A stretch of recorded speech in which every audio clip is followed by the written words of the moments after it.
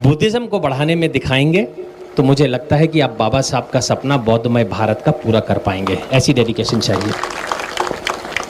अभी बहुत सारी बातें हुई, सबने बड़े अच्छे विचार रखे और सबके सुने मैंने, और मुझे बहुत अच्छा लगा।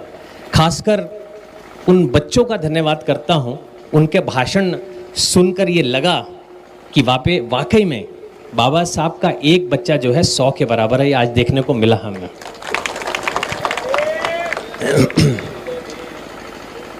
बहुत सारी बातें आज सामने रखी गई, लेकिन मैं अब जड़ पर आता हूँ सीधा।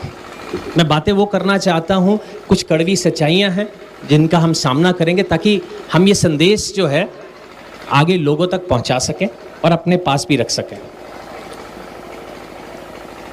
हम बौद्धमय भारत की बात करते हैं।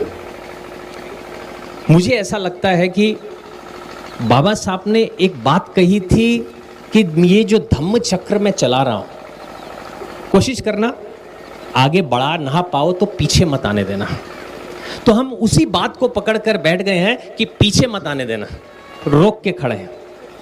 14 अप्रैल हो, 6 दिसंबर हो, 14 अक्टूबर हो, ये सारे दिन हम अच्छे से मनाते हैं, एक दिवसीय कार्यक्रम मनाते हैं, जय भीम का नारा बोलते हैं, उसके बाद अपने घर वापस जाते हैं।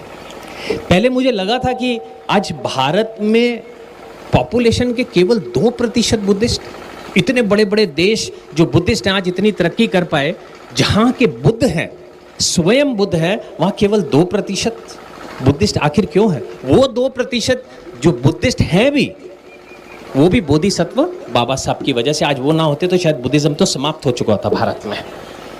ऐसा क्यों है? मुझे लगा